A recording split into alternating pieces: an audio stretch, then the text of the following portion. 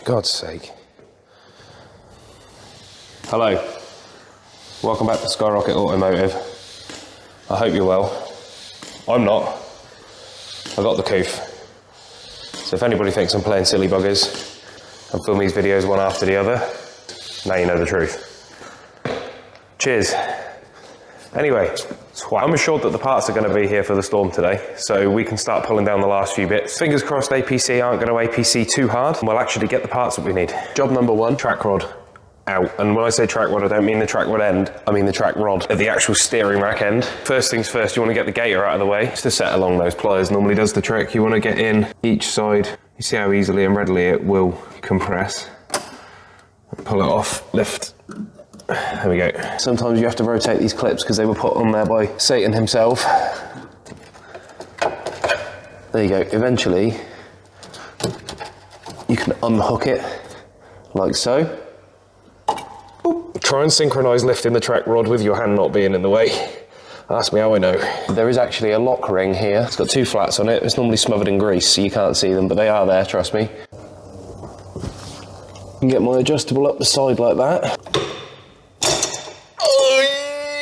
Spin this off as a single assembly, look. Which is very posh. Woohoo! Yes! Got here early, man. I've got the other box. Track rod ends, much more straightforward. You've got a set of flats, that was loud, and a lock nut.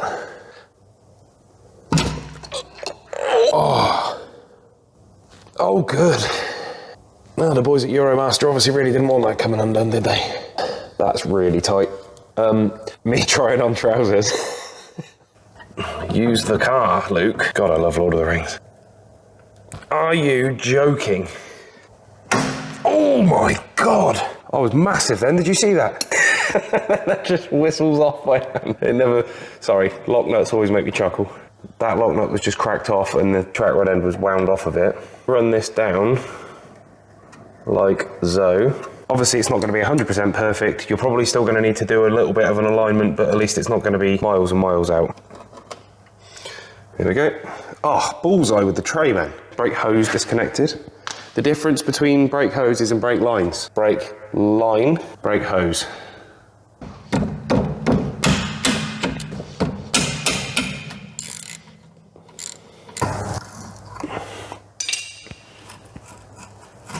Favourite part of the job. I know the presents inside aren't for me, but I still get to open them.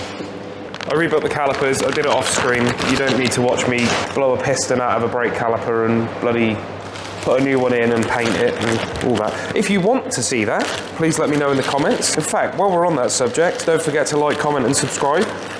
I've got a workbench now because I'm professional.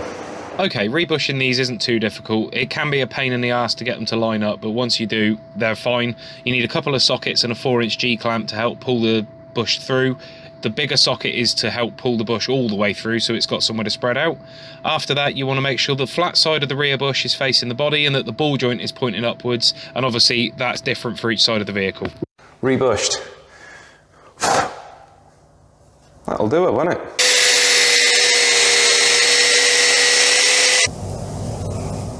Split the last bit after that point.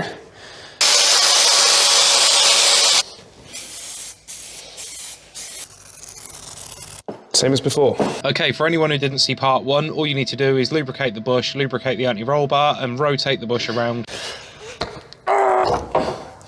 Goes up like that. Oh, come on. This is heavy, time is a factor. Obviously, we're not fully tightening them because... I'm not answering that. I'm just going to see if you actually kept track. You're going to lift your anti-roll bar up out of the way. As out of the way as you can get it, anyway. Wriggle towards the back. Oh dear. Am I going to have to lose my temper? There we go. We don't want to bind up our rear bush, so I'll nip that, but I'm not crunching it down. Final tightening. You need the road wheel putting weight on it.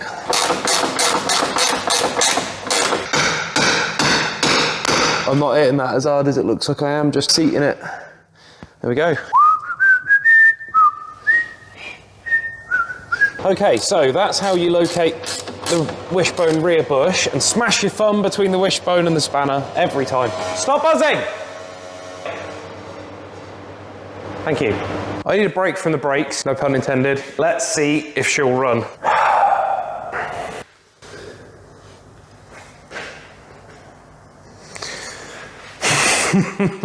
No, sir, I don't like it. Let me bring you in for a closer look and you'll see what I mean. What you might see is a nice clean engine, and I'll grant you that. Unfortunately, it's only the head and the water pump and the thermostat housing. What concerns me is this work was done, I presume, around the same time as this timing belt was, and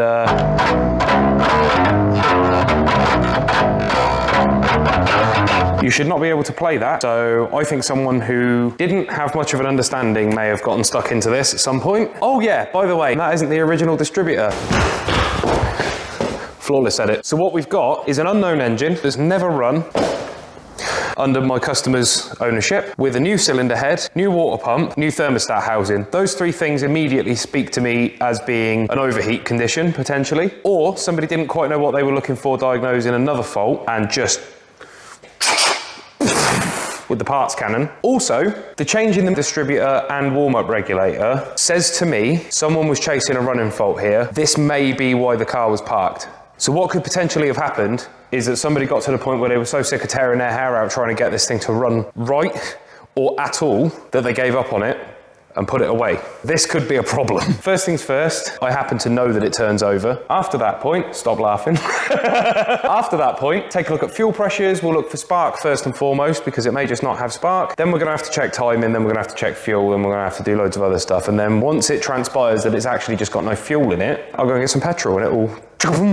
We're gonna go for a spark test. Your job, look out for this red area here. Well, the fuel pump's running. Cool, man, the battery's flat. Great, love it. Had no problem with the battery whatsoever the entire time it's been sitting here, so naturally now that I'm filming a video, of course it has to play up. Ted, please. I beg of you, sir. You have been a bear to work on up till now. New Max, more like I've already done that one. It's had the battery boiler for about 10 minutes. We've had a cigarette and a brew. Did you see a spark? What did it say? I'm gonna say that you said yes. If we've got no spark, it's because I asked you and you didn't tell me. Let's crack an injector line then. Someone's already faffed about with the relay so the pump runs all the time. So it shouldn't be too hard to determine if we've got fuel pressure. I can't feel nothing. That's great. That sounds to me like a pump that's whizzing away with nothing to do, doesn't it? Drier than a popcorn fart. We haven't got any petrol. Does that mean we've got no fuel, or does that mean we've got no fuel pressure? We'll disregard the fuel pump for now. We'll just see if it will bark off with a quick spray of some carburetor cleaner. Thank you, farm boy. So we'll lift the wolf boot up quickly and I just want to hear it. Oh, good. Oh, nice. They haven't done any of it up. Superb.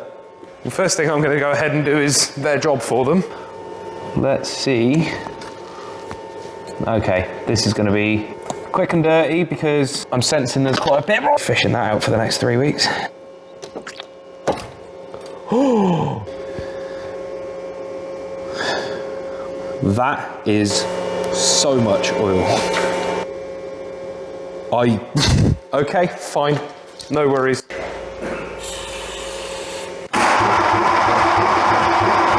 The good news is, I love to see it. Favourite thing, cranking on engines and watching the oil pressure warning light not go out. That's great. For all I know, we've got no oil pressure, very little oil pressure. We'll find out when the engine kicks off. It might just be turning over too slowly, but that could also be hassle.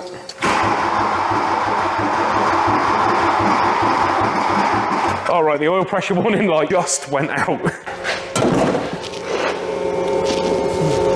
Oh, that's a nice improvised. Just open the throttle a touch.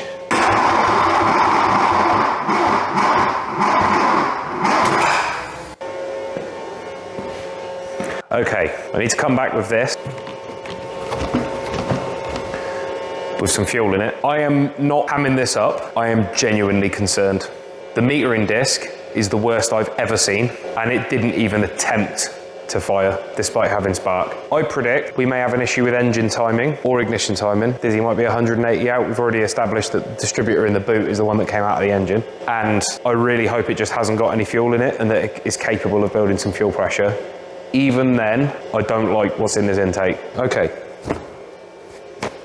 This will do. That side's clean. There's no funny business magic tricks going on. You can see. That is oil. I think we're in for a rough ride with this one.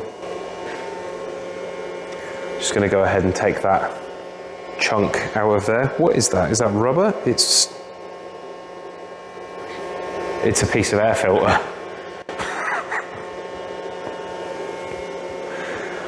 The air filter is MIA. which says to me, oh God, it didn't suck up an air filter, did it?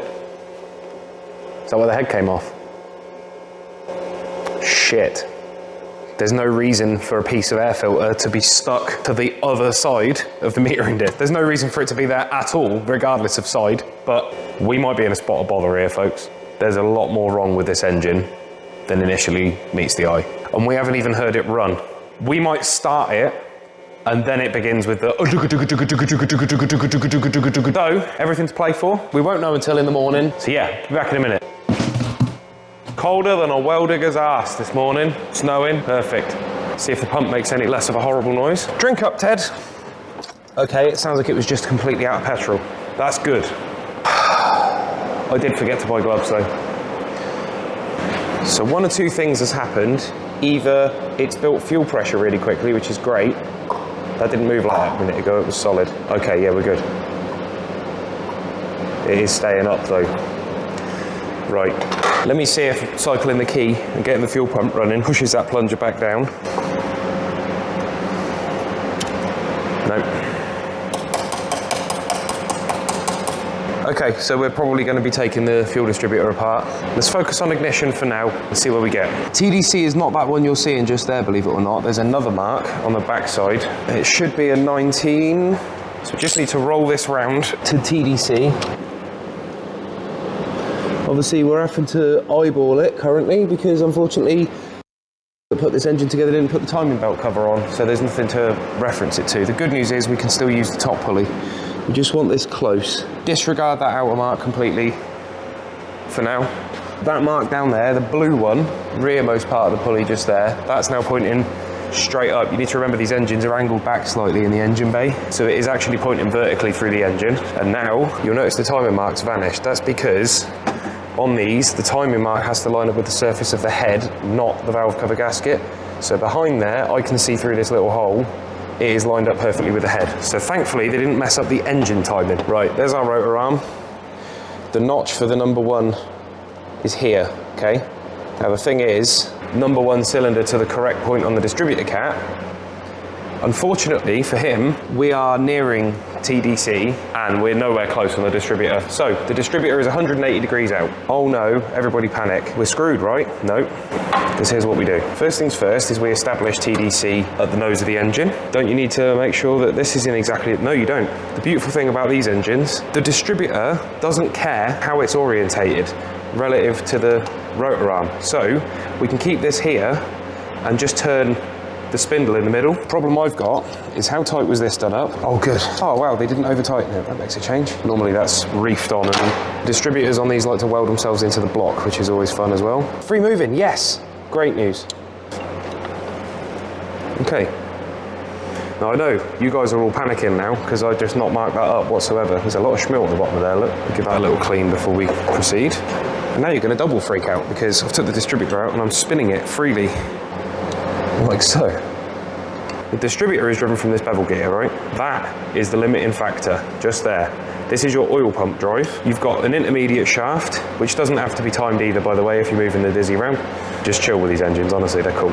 So, intermediate shaft runs along the block, gear in there that rotates, turns the distributor. As the distributor turns, it's engaged in the oil pump and it spins the oil pump up as well. So if you ever need to re-clock a distributor for one of these engines, like we're gonna be going to roughly number one, give or take, we're going to need to shimmy it around anyway.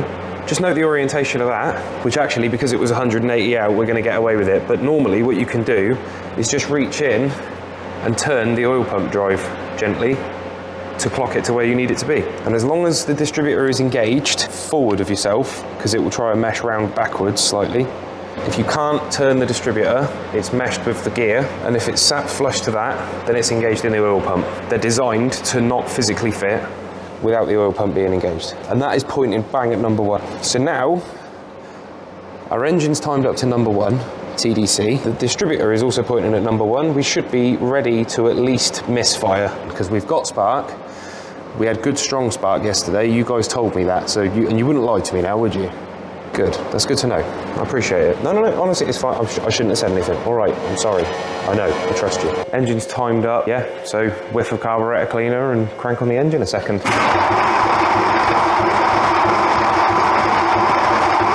Nothing. Compression sounds good. We barked off. Okay, let's see if we're building fuel pressure.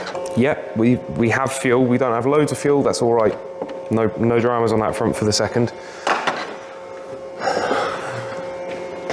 Okay, we'll leave off the clip for the woof boot for a second, and just all I want to do, see if everything operates vaguely as it should, to the point that the engine will run, so we can hear any nasty racket that it might be making, and then we can tune after that. We can tweak and adjust and get things spot on.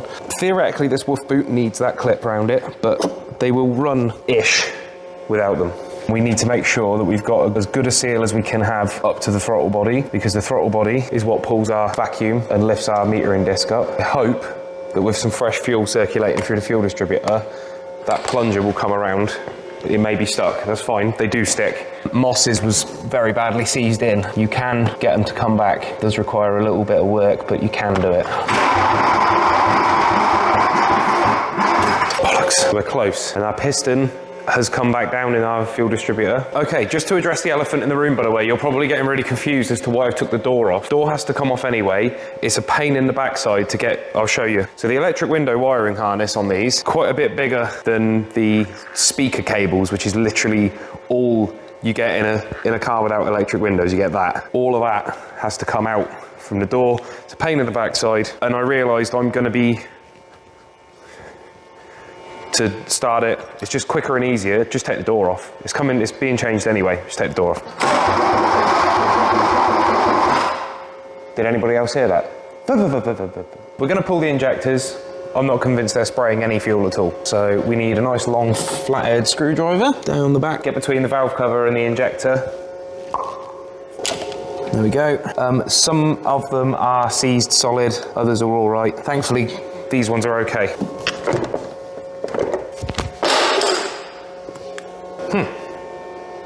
What'd you do that for? Number 4 is normally not too bad to get out. Yeah. Because you can get a better grip on it. We're just going to check the operation of the injectors, and what I mean by that is we're just going to make sure that they're actually working.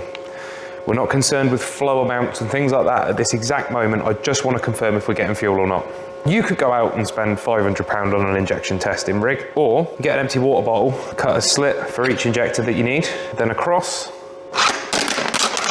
Obviously this does nothing at all for flow testing or anything like that. That's not what we're doing. We want to see 2 things. Are they even injecting any fuel?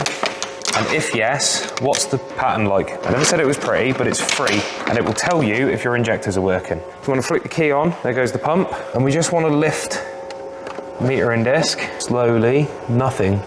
Right, number 3 is trying. We're nearly at wide open throttle. They should be spraying by now. Ah, dead as a dodo. That's a problem right there, because we need fuel in order for this engine to run. Question is, number 4, 3. Any more for any more? 1 is starting to wake up. They're taking forever to close as well. I think our metering plunger's sticking. I think the fuel distributor might be full of crap. Oh. Definitely taking a minute to close. So, bring it in again. Oh yeah, nice. That's all 4. No, the spray pattern isn't very good. But they should come around. They should come around. They're generally pretty good for that.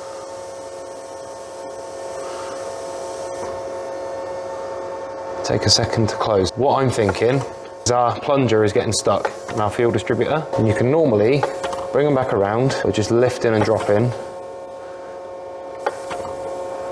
And what we're doing is pumping fuel, so we're sort of winding them right up full chat and then letting them relax. You see how number 4 is now working much nicer than it was. So 2 things. I think battery voltage is a major factor here. That would also explain why it's taking a minute to shut off. Because the pump isn't producing enough fuel, it's not producing enough counter pressure, so when you drop the metering disc, it's taking effort for it to push the plunger down. Can you hold that, Alvin? Cheers, mate. The thing is, we've got a battery that seems to sufficiently charge and then the voltage dips down. So have we got high resistance? Apparently it's got a new fuel pump. Let's get a look at this. The injectors aren't immaculate, but they're not that bad considering the state of the metering head. That fuel, yeah, it's very golden. It's definitely stale. There's a bit of varnishiness to it, but what we've just done is pulled fresh fuel through the fuel distributor. So we'll let it soak for a little bit and come back. I see no bits, I see no sediment. Oh, the other handy thing with this is not only is it free, or the cost of the bottle of water, it's also tidy. I've got myself a scaffolder's lunch. I want you guys front and centre for when this happens. Come on, Ted, sing the song of my people. You can do it, buddy, I believe in you. Come on. Please, please. Oh, it's so close. The battery is just done. I think our plunger's sticking. I can't feel the plunger. I think the plunger's stuck. Yes, this can be done in situ. You have to just be very careful about it. So, story time. That ain't supposed to happen. Oh my God, it's just blown the piston out. Don't do that, boys. What just happened? Disconnect all sources of spark. I have never in my life. Where's the piston? There it is. I need a second. I've taken an awful lot of fuel distributors off and apart in my time. I have never seen that happen before. There's no reason for it to have happened. I released the pressure from the system and that pump hasn't been producing enough pressure for any of what just happened to happen. That freaked me out. I don't mind admitting it, that freaked me right out. When you remove these, you release the pressure from the system just so you don't get any unexpected fuel leaks, all that sort of stuff. I did that. You're not going to believe me. I really don't care. Believe what you want to believe. I released the pressure from that system. The trouble is, I think it was stuck up in the top end chamber, and I think it was stuck badly enough that I'd released the pressure from elsewhere in the system, but not there. I think that's what we just watched happen there. So be careful. I'm going to say it because I'm a grown-up and I can admit my mistakes. I wasn't wearing any iPro, and I know my way around these. Theoretically, there should be no problem. You just do what I just did, follow the procedure, and lift the fuel distributor off. How else are you supposed to take it apart? These things even catch out people who are used to working on them. Never, ever assume. Lesson learned for me. I hope that the offset of that is that we've been able to at least lose whatever blockage was there then. Fuel distributor's coming out. It's now the plunger's freed off, it's now puking fuel down past the plunger, so I'm gonna take a look. I think we're gonna be putting a fuel distributor in this thing. I was really hoping to get you to fire up today, Ted. Not cool, man. Oh look, there's a sudden rush of fuel pressure. I've just bled all that off, so there it goes. That plunger should not be that seized. Do you want me to rub your back and tell you you're all right, Ted, or what? Well, that was a bit of disappointment, wasn't it? So, we've got a few things going on, a couple of irons in the fire, so to speak, if you catch my drift, as it were. The fuel distributor leaks. Unfortunately, fuel's making it past the bottom of the piston. We can figure that out, or not. We do have a spare, but at the moment, it's leaking fuel down into the airbox. That's also not going to help with building system pressure. What else? Because of the way the starter motor is operating currently, it's pulling an awful lot of current, which is killing batteries left, right, and centre. And as it's doing that, the voltage is dropping off at the fuel pump. The fuel pump then can't produce enough pressure to open the injectors, so it's not starting. I genuinely believe with a nice powerful battery, just to get it running long enough for the pump to spin up and produce enough pressure, I think we're home free, personally. So we'll be back in the morning. Sorry. Hello, it's the next morning. I ruminated on it last night. I had a great live stream last night, by the way. Thank you so much to everybody who tuned in. That's the first one I've ever done, and I was taken aback, man. We were chatting about cars for 2.5 hours. It was lovely. We haven't got time to mess around. I will probably try and find out what happened with this metering head, but for now, we have a spare fuel distributor in the boot. We've got spares for a reason, and this one's clearly not doing its job properly, although it is still retaining fuel pressure. This is what I mean, right? So I bled off what I thought was all of the pressure out of the system, and then I took that fuel distributor out and hit badoof. How is it producing no pressure and simultaneously too much pressure? That's fresh fuel. So I think we're past the varnish side of things. I had a conversation with the owner this morning. God, it's all blurred into one, honestly. And he's as keen as I am. We just want to get this thing to run. We spent a lot of time on it yesterday, I know, but it was all due diligence stuff that was worth doing. Right, there's our injector lines out of the way. This is one of the few occasions on a Rocco where taking loads of crap out of the way is actually a good thing. Come on. Right, so needlessly tight. This thing's just hosing There we go. This has been sitting all night. This is not camera trickery. I've just got in. I don't know if you can hear from my voice. It's a morning time. Why is it retaining so... Don't. That.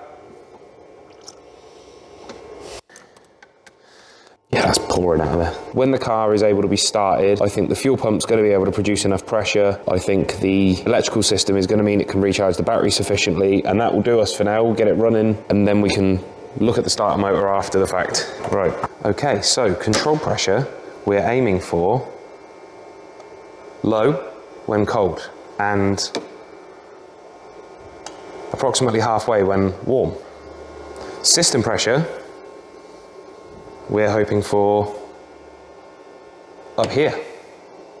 And that's why the gauge is the way the gauge is. Well, we're gonna let the pump run for a minute. Just waiting for any fuel leaks, okay. That's our control pressure. The control pressure is actually, if it stays where it is roughly within, can you hear my words and stay where you are? Thank you. That's actually roughly was within spec. System pressure is the one I'm concerned about. Nope, way too low. Hello everybody, right.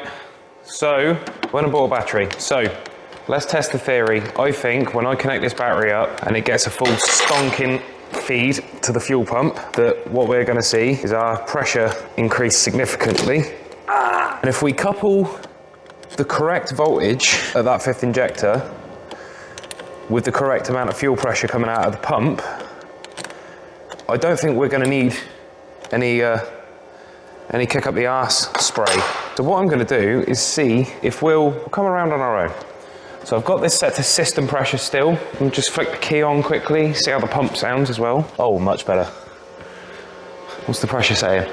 Oh yeah, look at that, straight round, boom! All right, that's purged some air. And it's clearing. We've got squelches. Oh no. Oh no, maybe it was just some air purge. Bloody close to system pressure. That pump was giving hell then. Oh yeah, we got instant piston. The piston is operating. Okay, let's go for it.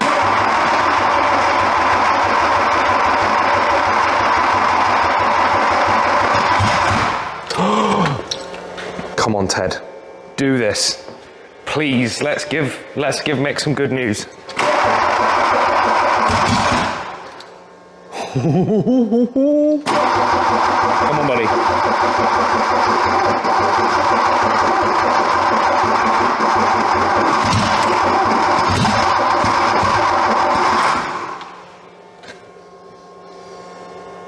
That's not bad actually for combustion. It's a little bit rich, but I'm gonna let her eat. Control pressure's far too high. Dare I start decking with the control pressure now? Right, I might be about to cause myself a load of headaches, but it's not gonna run with that control pressure that high. So this is a process called knocking the pin. It's how you adjust cold pressure. That pump is so loud. We need that control pressure so much lower than it is.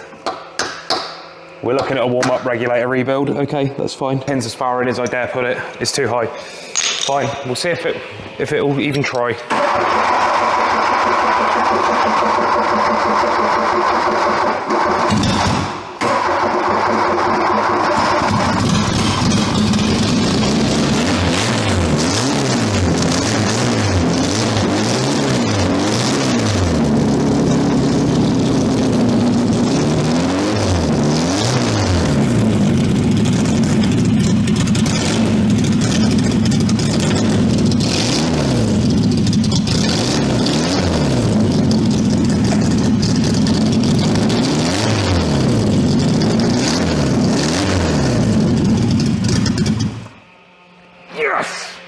Excellent. Wait, way too rich. Way too rich. but runner, right, let's see if we can calm that fuel down a little bit. Control pressure seems to be a bit more sensible now. Come on, buddy.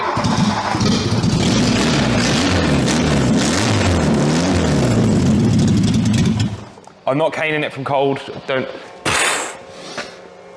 Why did I breathe in there?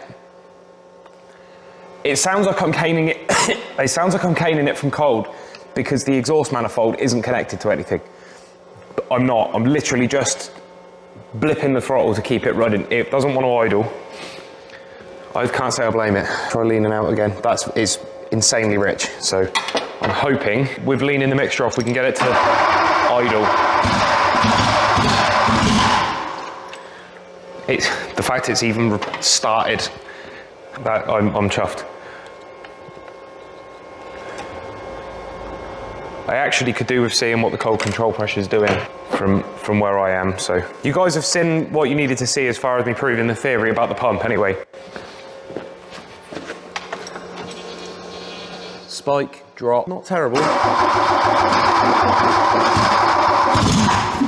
Secondary air valve definitely isn't working.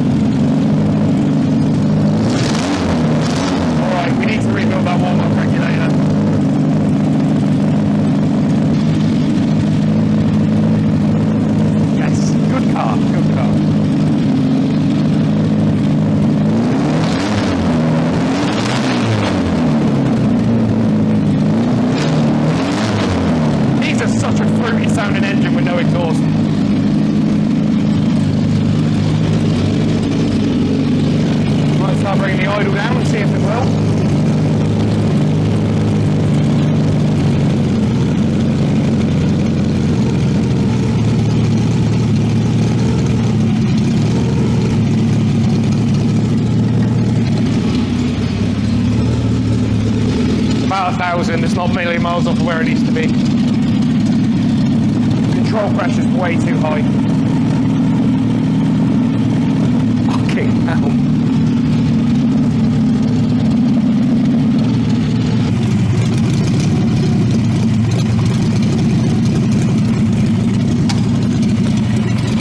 Not bad. It needs tuning. That I can fully respect that. Well done, Ted. Well done. Still a ways to go. We need to rebuild that warm-up regulator. Control pressure is just blisteringly high. I have checked the return line back to the tank, and it's fine. So we're definitely looking at having a restriction in the warm-up regulator. Not uncommon on these because the warm-up regulator sits so low, all the crap and sediment floats down to that point and it gathers in the lines, and the fuel distributor came around.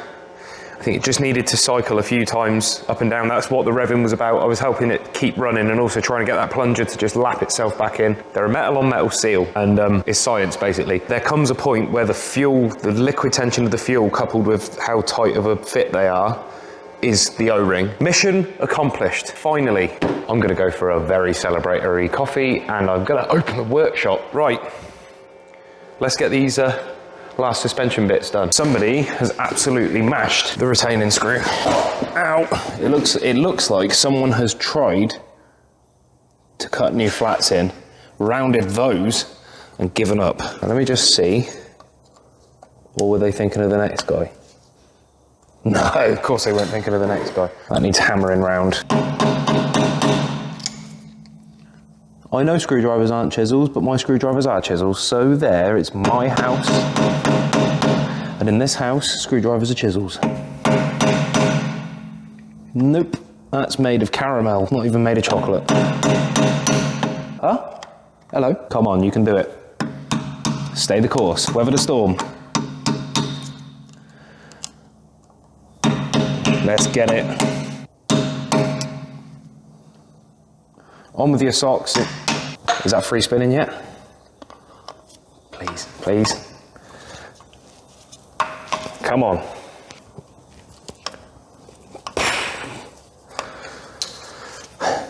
I'm not gonna lie, that is some of my better work. Yes, mate. Pleased with that.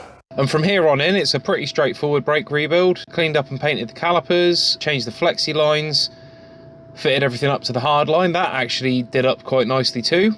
And then it was just over to bleeding and all that good stuff. But I do like painting the caliper carrier black and the caliper itself silver. There's just something delicious about that as far as a colour scheme.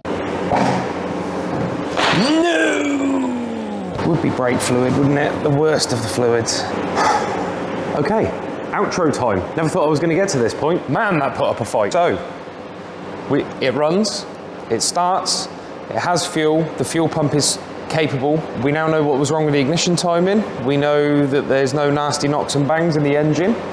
We've done track rod ends, lower arms, the bushes associated with the lower arms, anti-roll bar bushes. We've stripped the brakes, we put new brake discs on, new pads, cleaned and painted the calipers, changed the brake flexi hoses, bled the brakes up. So I now need to knock heads with the customer and make a plan as to what we do next. Because at this point now, we're at a crossroads. We can focus on getting it running and driving, make sure the brakes are as hunky-dory as they can be, or we can start going through the bodywork. Project Storm, hopefully, will be rejoining us next week. I'm aware this video is a little bit later than usual, so if it doesn't, don't think that I've done my thing where it's purely because we're making a plan or I'm waiting for some parts, and this video was later out, which obviously, so it's Wednesday now. So if I order parts today, some of them may not show up till Friday, and then fitting them and what have you. If something goes wrong on the Monday, we're into Tuesday. And then if something goes wrong on Tuesday, we're into Wednesday, which is precisely what happened with this today. So anyway, I'm gonna drive home, frantically start editing this video. I'm still not convinced I'm gonna pull it off because I think at this point now I've got somewhere in the region of 9.5 hours footage to edit. Thank you very much for watching. I will see you at the tail end of the week with a random video, and then hopefully back on Project Storm next week. Please don't forget to like, comment and subscribe. It really does help, and I really, really appreciate it. It's really nice to know that